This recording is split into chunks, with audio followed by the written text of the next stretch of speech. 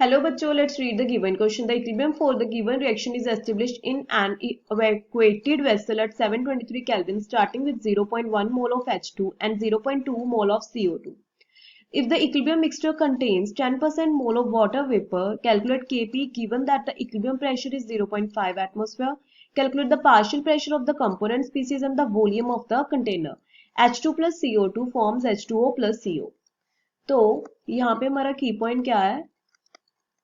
Kp, पहले हम Kp find out करेंगे, वो कैसे होगी?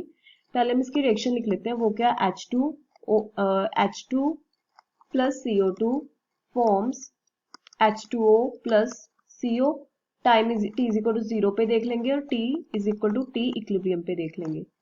तो यहाँ पे पहले 0.1 और 0.2 है, 0 पे यहाँ पे कुछ भी फॉर्मेशन नहीं हुई है. और उसके बाद ये हो गया 0.1 माइनस एक्स, 0.2 माइनस एक्स और यहाँ पे x और x आ जाएगा. तो फिर हमारे पास पहले मोल फ्रैक्शन ऑफ वाटर की निकाल लेते हैं. मोल फ्रैक्शन ऑफ वाटर कितना हो जाएगा? मोल फ्रैक्शन ऑफ वाटर हमें 0.1 गिवन है.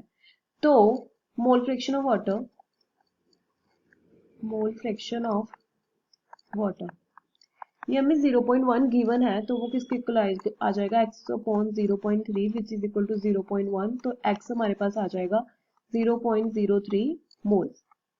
ये x की वैल्यू आ गई हमारे पास. उसके बाद हम Kp निकालेंगे. Kp निकालने के लिए हमें क्या करना पड़ेगा? Kp हमारा किसके इक्वल होगा? PH2O into PCO divided by PH2 multiply with PCO2. इसके इक्वल होगा. पहले हम PH2O निकाल लेंगे. PH2O निकालने के लिए हमें क्या करना पड़ेगा?